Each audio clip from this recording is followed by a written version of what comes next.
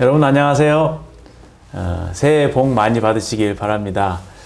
얼마 전에는 또 저희들이 크리스마스였잖아요. 많은 사람들이 즐겁게, 비록 날씨가 춥지만 연말을 잘 따뜻하게 보냈으리라 생각이 됩니다.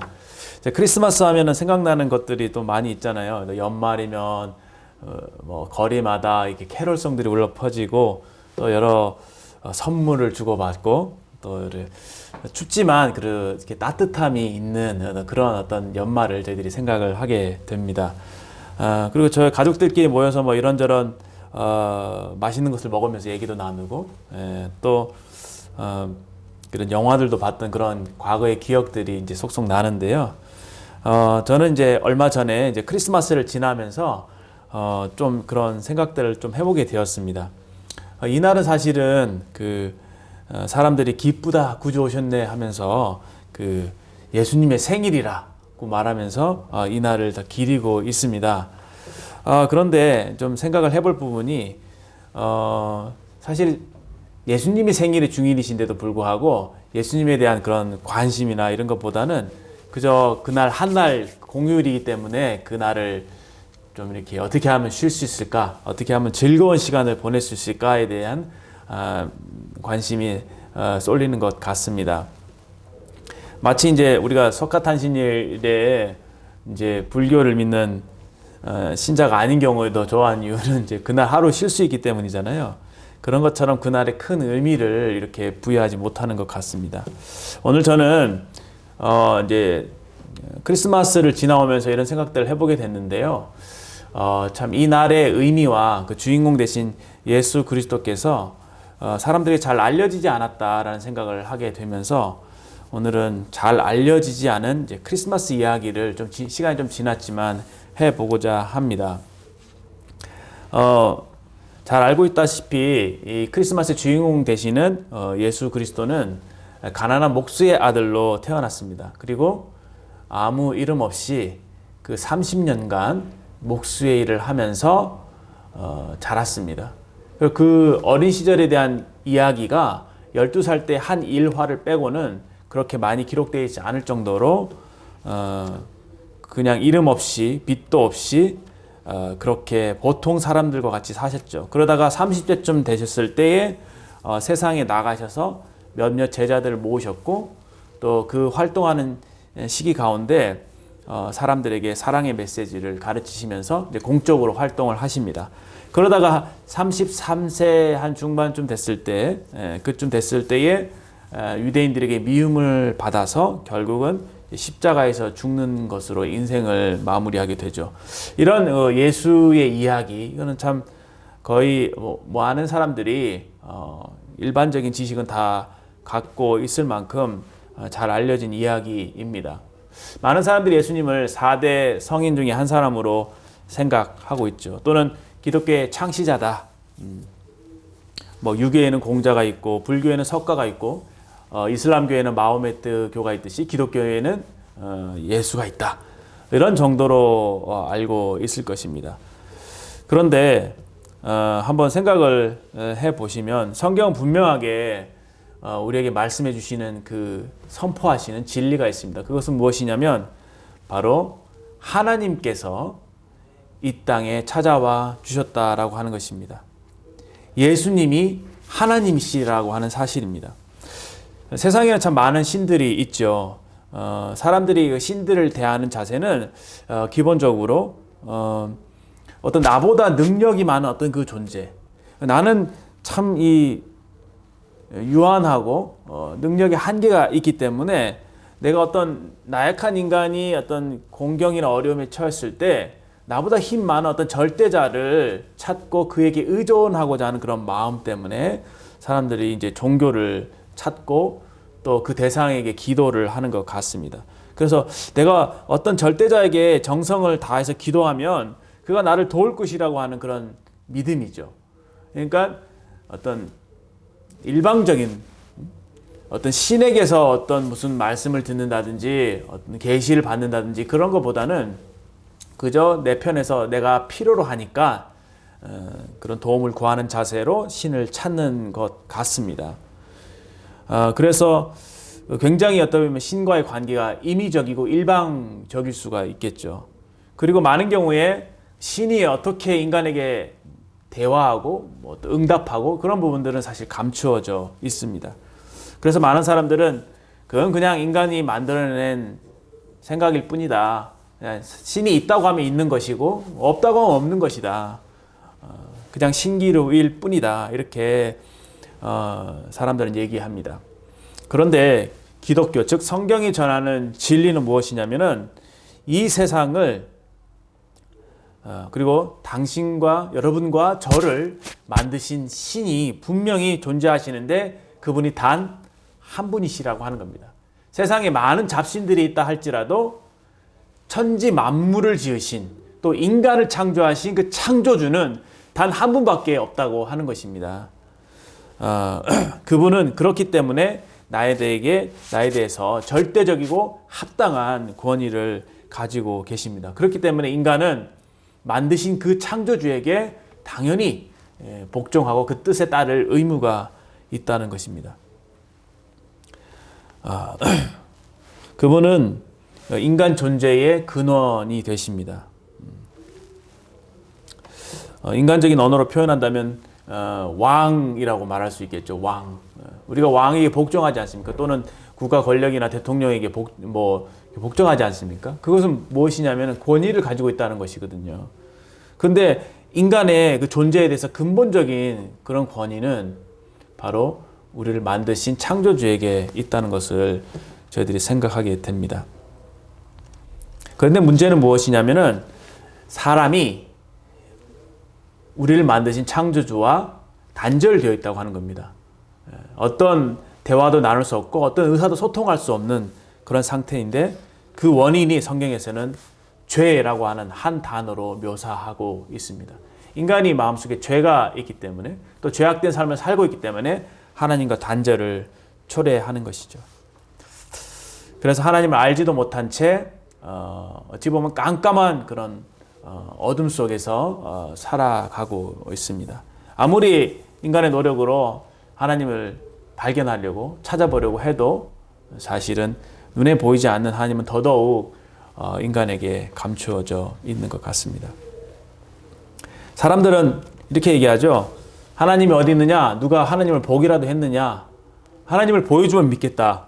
그런 얘기를 하는데 그래서 하나님께서 우리 인간의 눈에 직접 보이도록 이 땅에 찾아와 주셨습니다.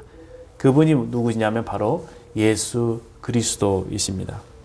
성경에는 아버지 하나님의 품속에 계시는 아들 하나님, 이 독생하신 하나님께서 인간의 몸을 입고 세상에 오셨다, 세상에 나타나셨다라고 말씀하고 계십니다. 그런데 문제는 하나님께서 인간의 몸을 입고 이 땅에 나타나 주셨는데 사람들이 그 분을 알아보지 못했다고 하는 것입니다. 그리고 생각해 보십시오. 어떤 사람인데 어떤 사람이 자신이 하나님께로부터 온 하나님의 아들이다, 신이다 라고 했을 때 그것을 어떻게 쉽게 믿을 수가 있겠습니까? 그래서 우리 마음속에는 어떤 분이 이 땅에 오셔서 내가 하나님께로부터 보내심을 받은 사람이다, 나는 하나님의 아들이다, 나는 신이다, 나는 이 세상을 만든 창조주다 라고 했을 때 그 말을 과연 어떻게 믿을 수 있을까요? 우리 마음속에는 적어도 두 가지 질문이 생길 수 있습니다. 첫 번째는 과연 그는 하나님일까라고 하는 것이고, 두 번째는 왜 그렇다면 하나님이 어떤 신의 모습으로 인간과 다른 어떤 멋진 모습으로 세상에 오신 것이 아니라 왜 인간의 모습을 가지고 이 땅에 오셨을까라고 하는 두 가지 의문을 품게 됩니다. 그래서 저는 성경을 통해서 조금 예수님이 왜 하나님이신지 또 하나님이 보내신 하나님의 아들이신지 우리가 찾아보고자 합니다. 마태복음, 성경 마태복음 보시면 예수님의 탄생에 대한 이야기가 나오는데요. 그 중에서 예수님의 탄생에 대한 이야기는 사실 많은 부분에 구약 성경을 인용하고 있습니다. 제가 말씀을 좀 보여드리겠습니다.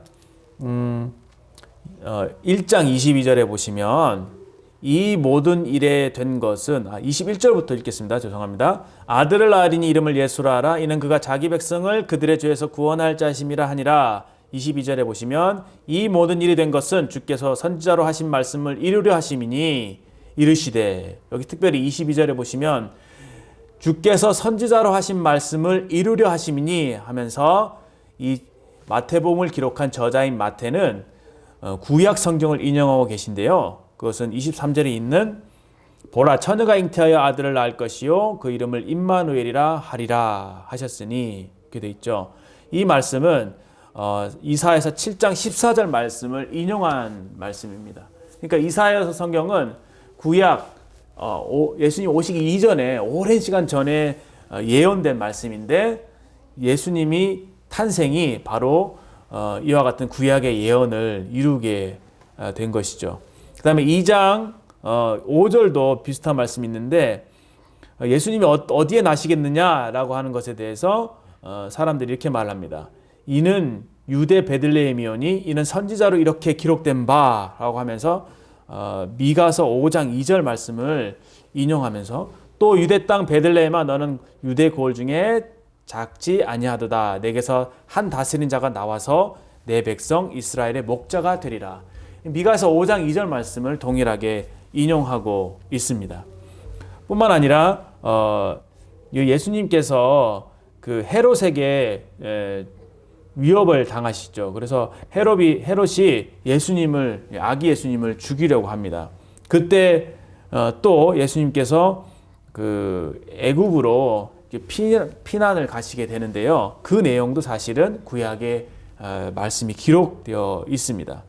2장 15절에 보시면 헤롯이 죽기까지 거기에 있었으니 이는 주께서 선지자에 통하여 기록하신 바 애굽으로부터 내 아들을 불렀다 함을 이루려 하심이라. 이 말씀은 호세아서 1장 11절에 기록되어 있습니다.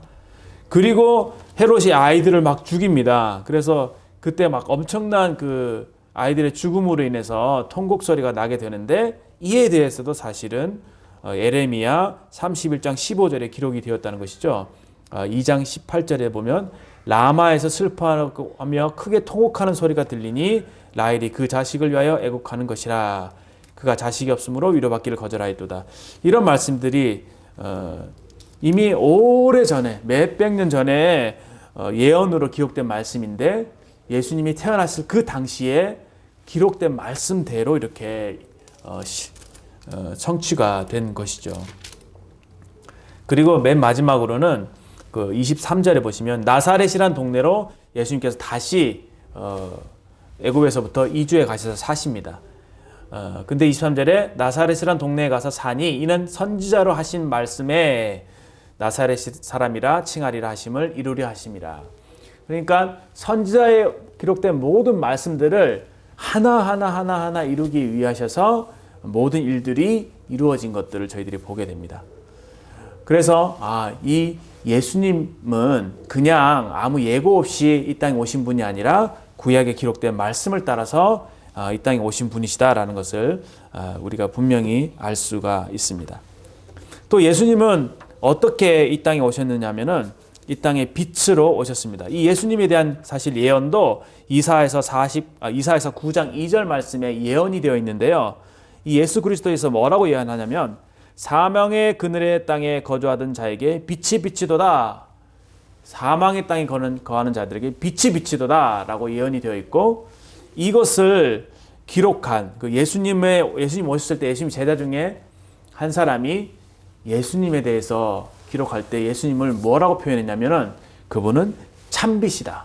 참빛 곧 세상에 와서 각 사람에게 비추는 빛이라고 사도 요한이 예수 그리스도에 대해서 증거하고 있는 말씀이 요한복음 1장에 기록되어 있습니다.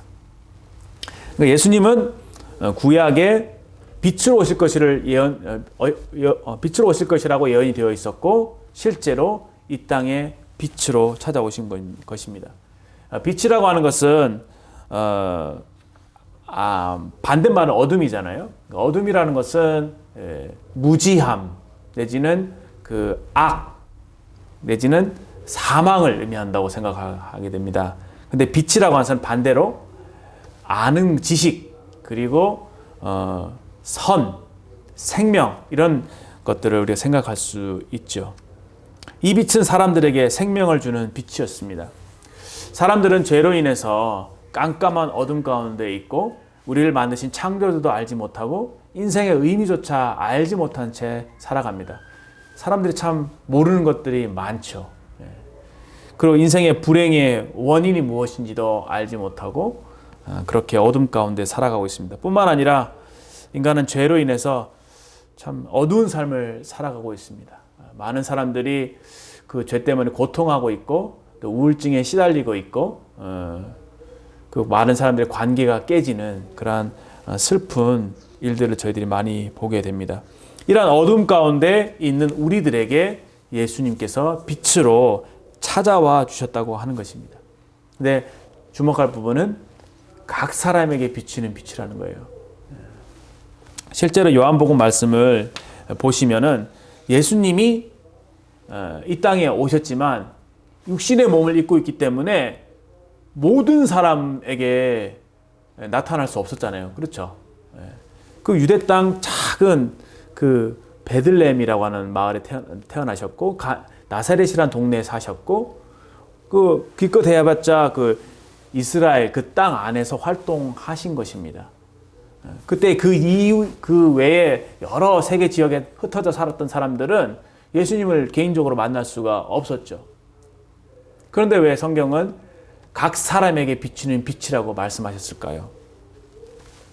그것은 다름 아니라 예수님께서 비록 소수의 사람들을 만나셨지만 예수님은 오늘날도 여전히 모든 사람에게 예수 그리스도의 빛을 비추고 계신다고 하는 것입니다. 참 놀라운 사실이 아닐 수 없죠. 우리가 성경 예를 들어서 요한복음에 여러 예수님이 만난 사람들에 대한 얘기가 있는데 그 중에서 사마리아 여인이라고 하는 여인이 한 요한복음 4장에 나오죠. 그 여인은 참 부도덕한 여인이었습니다. 그리고 참 남편을 5번 바꾸면서 사람들에게 손가락질 당하는 참 외롭고 이렇게 소외당한 그런 여인이었습니다. 그런데 예수님께서 그 여인을 만나주시죠. 그를 어둠 가운데 있는 그녀를 빛으로 인도해 내셨을 때 그는 완전히 얼굴이 달라지고 삶이 180도로 바뀌어서 정말 빛처럼 환한 얼굴로 마을 사람들에게 내가 예수님을 만났다 간증하는 모습을 보게 됩니다. 여러분들 오늘날에도 예수님께서는 각 사람에게 빛을 비추고 계십니다. 어떻게 우리가 예수님을 만나느냐? 그것은 성경 말씀을 통해서 만날 수가 있습니다. 성경 말씀을 어떤 분이 읽어가다가 예를 들어서 요한복음 4장에 머무르게 됐을 때 그 4장에 있는 사마리아 여인을 통해서 자신의 모습을 발견하는 거예요. 아, 내가 이 사마리아 여인 것 같구나. 내가 이렇게 참 소외당하고 참 죄로 인해서 참 고통하고 있는 사람이구나. 그런데 예수님께서 이 여인을 만나 주셨구나. 아, 이 여인을 만나 주신 이 예수님이 지금 나를 만나고자 하시는구나. 이런 것들을 사람들이 경험하고 실제적으로 그런 식으로 예수님을 만난 사람들이 상당히 많다고 하는 것입니다. 저 역시도 성경 속에서 예수님을 만났고요. 많은 사람들이 지금 이 순간도 성경을 통해서 예수님을 만나고 예수님의 빛비침을 받고 있습니다. 그래서 어둠에서부터 빛으로 나아오고 있죠. 저희들이 이런 말씀을 전하는 이유는 기독교 사상을 전파한다든지 어떤 가르침을 전파하는 이런 것보다는 빛 대신 예수님을 여러분들도 만날 수 있도록 저희들이 도움을 드리는 것입니다. 그래서 말씀을 듣게 될 때에 말씀의 빛이 우리 마음 가운데 비치게 될 때 우리가 개인적으로 또 인격적으로 예수님을 만나게 되는 것이죠. 마태복음 잘 아시다시피 2장에 보면은 동방박사들이 나옵니다. 동방박사들이 저 멀리 큰 빛을 보죠. 빛을 보고 유대 땅으로 찾아옵니다. 유대인으로 왕으로 나신 이가 어디뇨? 라고 헤롯 왕에게 묻죠. 그때 헤롯 왕이 뭐야? 나보다 내가 왕인데 나 말고 다른 왕이 있단 말이야? 라고 하면서 그 왕으로 나신 아기 예수님을 이제 시기하죠. 그래서 그 아기 예수님을 죽이려고 합니다. 여기 이 동방 박사들이 아마도 그 동방이니까 그 중동 쪽 그쪽에서 천체를 관측하던 그런 사람들이었던 것 같습니다. 이제 큰 어떤 큰 그 별이 이렇게 빛나는 것을 볼 때 아마도 중요한 사람, 내지는 왕 같은 그런 중요한 사람이 태어날 것이라는 것을 그들이 알고 있었던 것 같습니다. 그래서 이 별을 보고 유대 쪽에서 빛나고 있기 때문에 아마 유대인이 왕이 나셨을 거야 라고 하는 기대를 가지고 찾아온 것이죠. 그들이 갔던 질문은 유대인의 왕으로 나신 이가 어디 계시냐는 겁니다. 예수님이 어디에 태어나셨냐라고 하는 질문입니다. 이에 대해서 성경은 분명한 답을 주고 계신데 그곳은 어디냐? 잘 아시다시피 베들레헴. 베들레헴은 이 갈릴리 지방인데 쉽게 말하면 시골입니다. 그때 수도가 예루살렘이었고 헤롯 왕이 예루살렘에 있었잖아요. 근데 예수님은 그 수도에 태어나신 것이 아니라 갈릴리라고 하는 시골 지역에 태어났고 그것도 여관에 있을 곳이 없어서 마국간에 태어나셔서 말 먹이통에다가 누이신 겁니다.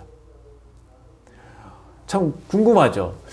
아니 천지를 만드신 하나님이 이 땅에 인간의 몸을 입고 찾아오셨는데 적어도 그렇다면 왕궁에 태어나거나 아니면 많은 사람들이 알 수 있도록 탄생의 과정을 막 이렇게 사람들에게 보여주시거나 그런 게 아니라 왠지 느낌이 좀 이렇게 자신을 감추면서 그리고 일부러 그렇게 낮은 쪽에 이렇게 처하셨던 그런 것을 볼 때 참 이해가 되지 않습니다.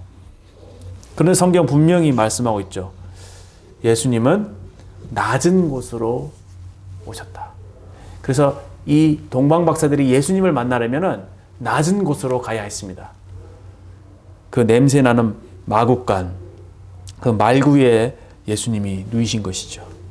거기서 예수님을 발견하고 황금과 유향과 모략을 드리면서 예수님께 경배했습니다. 이것은 오늘날 우리에게 많은 부분을 시사하고 있는데 그것은 무엇이냐?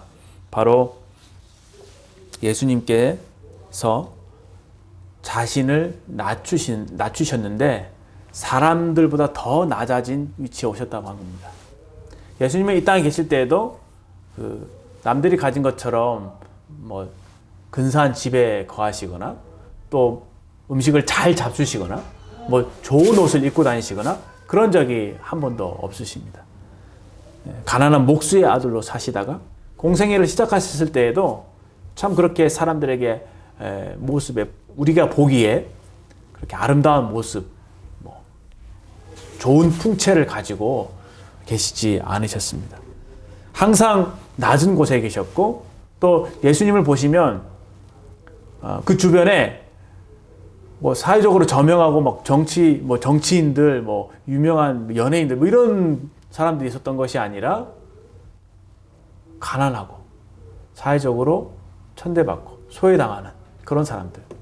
성경에는 그런 사람들을 세리와 죄인들이라고 얘기하고 있거든요. 세리와 죄인은 다른 말로 하면 창녀들입니다. 부도덕한 사람들, 사회적으로 지탄받는 사람들, 그런 사람들이 주변에 있었습니다. 그런 마음이 낮아진 사람들, 참 마음이 겸손한 사람들, 그런 사람들이 예수님을 더 쉽게 만날 수 있었습니다. 오히려 사회적 기득권을 가지고 참 예수님을 필요로 하지 않았던 그런 사람들은 예수님을 만날 수도 없었고 만나려 하지도 않았죠. 오늘날도 마찬가지라고 생각합니다. 우리가 예수님을 지금 이 순간 만나려면 우리가 그 낮은 곳으로 내려가야 한다. 그 낮은 곳에서 예수님을 만날 수 있다. 이런 교훈을 생각할 수 있습니다.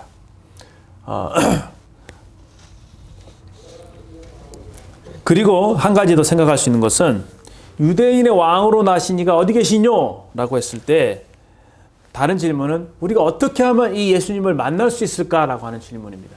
첫 번째 제가 낮은 곳으로 가야 된다고 얘기했죠. 두 번째로 생각해 볼 수 있는 부분이 무엇이냐면은 바로 헤롯을 뛰어넘어야 한다는 것입니다. 이때 당시에 왕이 둘일 수 없잖아요. 유대인의 왕이 지금 당장은 헤롯인데, 근데 예수님이 유대인의 왕으로 태어나신 것입니다. 왕이 둘이 될 수가 없어요.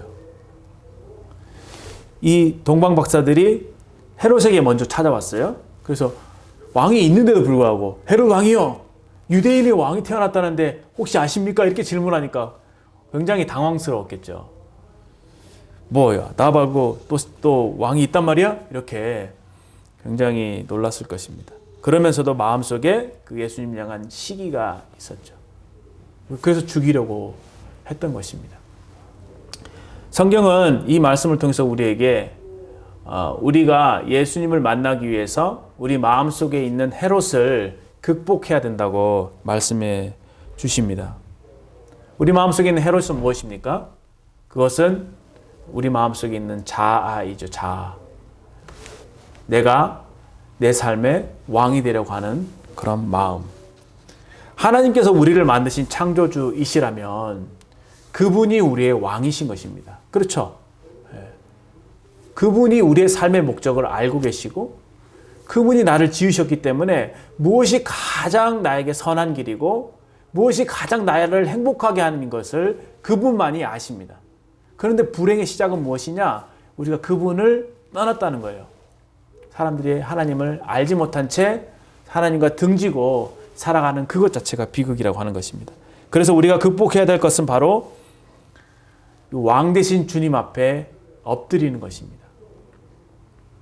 나의 자아의 문제를 해결하고 주님 앞에 엎드리는 것. 주님을 나의 삶의 왕으로 모시는 일이라고 생각이 됩니다. 근데 자아 자체가 문제가 아니죠. 자아 자체가 문제가 아니라 자아를 고집하는 그 마음. 내 자아를 더 앞세우는 마음. 그래서 이것이 하나님을 믿는데 또 예수님을 믿는데 이제 방해가 된다고 하는 것입니다. 우리 자아가 깨어질 때만이 바로 예수님을 비로소 믿을 수 있는 마음의 상태가 된다라는 것을 우리가 알 수 있는데요. 제가 이제 그 좀 좋아하는 그 노래 중에서 하덕규 씨, 시인과 촌장으로 잘 알려진 그룹의 하덕규 씨가 지은 가시나무라고 하는 노래가 있습니다. 잘 아실 분도 있으실 것 같은데 그 가사에 보면 이런 내용이 있습니다. 내 속에 내가 너무도 많아서 당신의 쉴 곳 없네. 내 속에 헛된 바람들로 당신의 편할 곳 없네. 내 속엔 내가 어쩔 수 없는 어둠, 당신의 쉴 자리를 뺏고 내 속엔 내가 이길 수 없는 슬픔, 무성한 가시나무 숲 같네. 바람이 불면 그 메마른 가지 서로 부딪히며 우려대고 쉴 곳을 찾아 지쳐 날아온 어린 새들도 가시에 찔려 날아가고 바람만 불면 외롭고 또 괴로워 슬픈 노래를 부르던 날이 많았는데 내 속엔 내가 너무도 많아 당신의 쉴 곳 없네. 내 속에 내가 많기 때문에 당신, 저는 여기서 당신이 예수님이라고 생각을 합니다. 예수님의 거할 자리가 없다는 건데 자아의 문제, 이 불완전한 자아 때문에 얼마나 많은 경우에 여기 당신이 뭐 사람 사이 관계가 될 수도 있겠죠. 사람 사이 관계에 많은 문제가 생기는 거예요. 이 가시나무처럼 막 나의 강한 자아 때문에 다른 사람들을 이렇게 찌르는 그런 모습들. 바람이 불면은 서로 막 부딪히고 울어대고 쉴 곳을 찾아 날아온 새들까지도 가시에 찔려 날아가 버리는 그럼 우리의 자아의 모습을 잘 표현해주고 있는 것이라고 생각이 됩니다. 우리 마음속에 이런 가시나무와 같은 자아가 있습니다. 그런데 좋은 소식은 내 속에 그런 것들이 있다는 것이 오히려 소망이 된다는 거예요. C.S. 루이스는 이런 말을 했습니다. 기독교란 낭패감에서 시작되는 종교이다. 우리의 자아가 파괴되는 것이 아니라 절대자를 배격하는 자아에 대한 집착 내지는 고집을 버려야 된다고 하는 것입니다. 그래서 우리 자아가 깨지고 우리 자아가 낮아졌을 때 진정한 왕이신 또 창조주께로 나올 수 있고 그 창조주의 사랑을 우리가 받아들일 수 있다고 하는 것입니다. 절대자를 떠난 것이 바로 불행의 시작이고 성경은 이 하나님을 떠난 것 자체를 죄라고 얘기하고 있습니다. 하나님을 떠났기 때문에 여러 가지 많은 죄들을 또 죄의 열매들을 이렇게 나타내는 것이 인간의 불행인 것이죠. 그래서 예수님께서는 이 땅에 우리를 구원하시기 위해서 찾아오신 것입니다. 1장 21절에 보면은 아들을 낳으리니 이름을 예수라 하라. 이는 그가 자기 백성을 그들의 죄에서 구원할 자이심이라. 예수님의 이름의 뜻이 죄에서부터 구원하시는 분이다라는 것입니다. 우리의 인간이 죄로 말미암아 모든 불행과 고통과 어려움이 옵니다. 그렇죠? 주님은 이러한 죄로부터 우리를 해방시키시러 이 땅에 찾아와 주셨습니다. 그리고 주님의 이름의 뜻은 임마누엘인데요. 이것은 우리와 하나님께서 함께 계신다라고 하는 뜻입니다. 우리를 사랑하시기 때문에 우리와 함께 하시려고 우리와 똑같은 육신의 몸을 입고 이 땅에 찾아와 주신 것이죠. 우리처럼 우리가 느끼는 슬픔과 아픔과 추위와 더위와 또 배고픔과 자지 못함과 이런 것들을 모든 고난들을 예수님께서 경험하시면서 우리 인생에 당하는 그 아픔과 슬픔들을 동정하실 수 있는 그런 분이 되신 것입니다. 그리고 결국은 십자가 위에서 우리 죄를 위해서 자신의 몸을 들이심으로 우리를 하나님께로 인도하셔서 결국은 우리가 하나님과 함께 영원히 살 수 있는 그 길이 되어 주신 것이죠. 그래서 그분의 이름은 임마누엘입니다. 이렇게 예수님이 오셨을 때 그 천사들이 양떼를 지키는 목자들에게 이런 말을 하죠. 너희에게 전할 큰 기쁨의 좋은 소식이다. 바로 우리를 위해서 예수님이 하나님께서 인간의 몸을 입고 이 땅에 찾아와 주신 것, 그것이 얼마나 우리에게 기쁜 소식인지 모르겠습니다. 이런 예수님을 마음에 꼭 믿으실 수 있기를 바랍니다. 감사합니다.